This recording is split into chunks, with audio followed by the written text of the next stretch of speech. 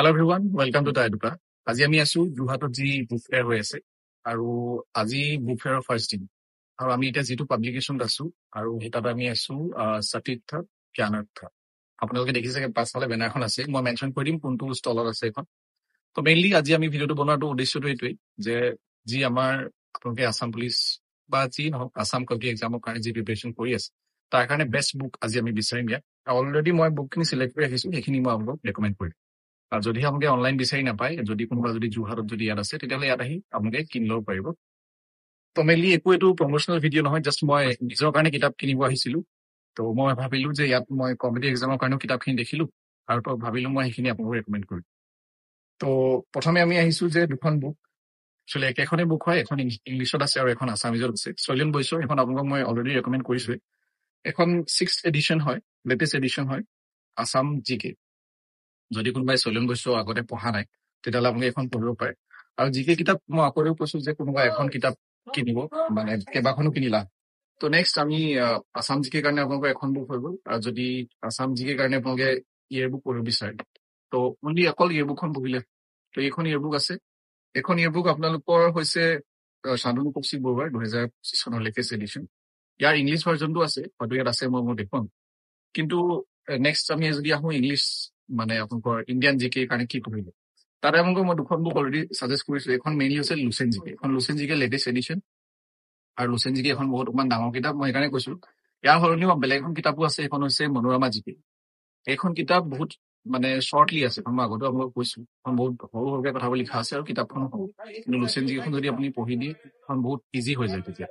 আৰু আপোনালোকে ইয়াত লুচেন জি কেখন খুলিলে ইয়াত দেখিব, ইয়াত যিবিলাক এক্সামৰ কাৰণে ইয়াত টাৰ্গেট কৰিছে ইয়াত লিখাই থাকে যে কোনখিনি এক্সামৰ কাৰণে পঢ়িব পাৰে।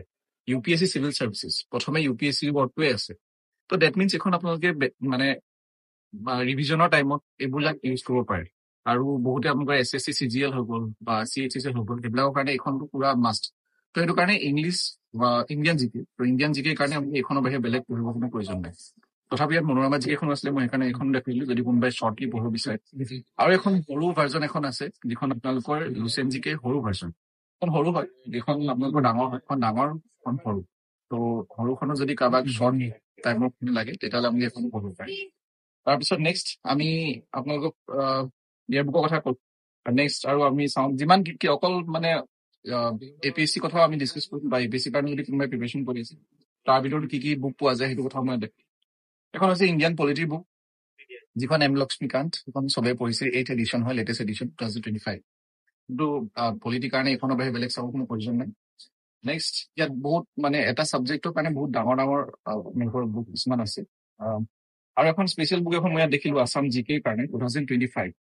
এইখন আপোনালোকে পঢ়িব পাৰে। খুব মানে মই এইখন মই নিজে পঢ়া নাই, কিন্তু জাষ্ট মই অকণমান কিবা অলপ মেলি চাইছিলো। তো এইখনো পঢ়িব পাৰে আপোনাক। কিন্তু মই আগতেও আপোনালোকক কৈছো যে 3-4খন কিতাপ পঢ়ি লাভ নাই, সদায় এখন কিতাপে ফ'ল' কৰোঁ। তো ইণ্ডিয়ান জি কে কাৰণটো হৈ গ'ল, মেইনলি আছাম জি কে আমি আৰু এড অন কৰিব লাগিব। তাৰপিছত আৰু ইয়াত আৰু এখন আছে ইণ্ডিয়ান ইকনমি, যদি কোনোবাই APSC কাৰণে প্ৰিপেৰেশ্যন কৰি আছে, ৰমেশ সিঙৰ ইণ্ডিয়ান ইকনমি, এখন আপোনালোকে পঢ়িব পাৰে। নেক্সট এথিক্সৰ বুক এখন আছে ইয়াত, এখন আপোনালোকে পঢ়িব পাৰে। কিন্তু বেলেগ ইথিক্সত বেলেগ এখন বুকো আছে, এখন লিঅন কি আছিলে লেক্সিকন, য়েছ, লেক্সিকনৰ বুকখনো আছে, সেইখনো বহুতে ৰেকমেণ্ড কৰে, সেইখনো পঢ়িব পাৰে। জাষ্ট মই ইয়াত আছিলে কাৰণে মই দেখাই দিছো। তো যদি কোনোবাই আছামিজ মিডিয়ামৰ মানুহ আছে তেতিয়াহ'লে এইখন মই দেখাই দিব বিচাৰিছো, এইখন ভাৰত ইয়েৰ বুক। তো আছামিজ মিডিয়ামৰ সকলৰ কাৰণে, অসমীয়া মাধ্যমত যিসকলে প্ৰিপেৰেশ্যন কৰি আছে, তো এইখন আপোনালোকে পঢ়িব পাৰে, খুব ভাল কিতাপ, মানে ইণ্ডিয়ান জি কেৰ কাৰণে। আমি এতিয়া আছো বেলেগ এটা ষ্টলত, আৰু এইখন হৈছে MR পাব্লিকেশ্যন। ইয়ালৈ অহা কাৰণটো এইটোৱেই যে চব কিতাপ এখন দোকানত নাই।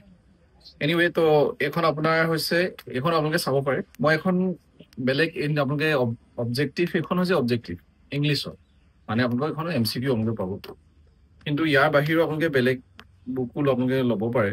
আৰু নেক্সটখন হৈছে আপোনালোকৰ যিখন লুচেনখন যিখন দেখালো, এইখন হৈছে সেইখনৰ সলনি এইখন লুচেণ্টে হয়, জাষ্ট এইখন অবজেক্টিভ।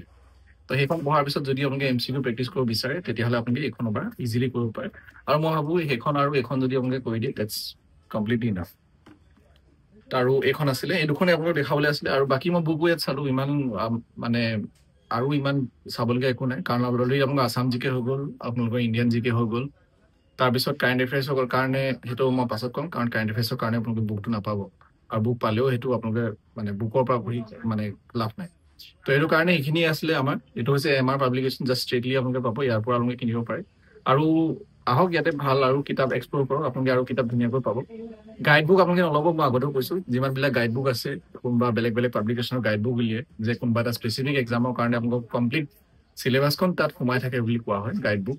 তো সেইবিলাকৰ কোনো মানে তাত ভুলো থাকে বহুত, আৰু সেইখিনি আমাক দৰকাৰ নাই। তো ইমানে আছিলে আজিৰ কাৰণে। নেক্সট ভিডিঅ' আমি পুনৰ লগ পাম। Bye bye, take care.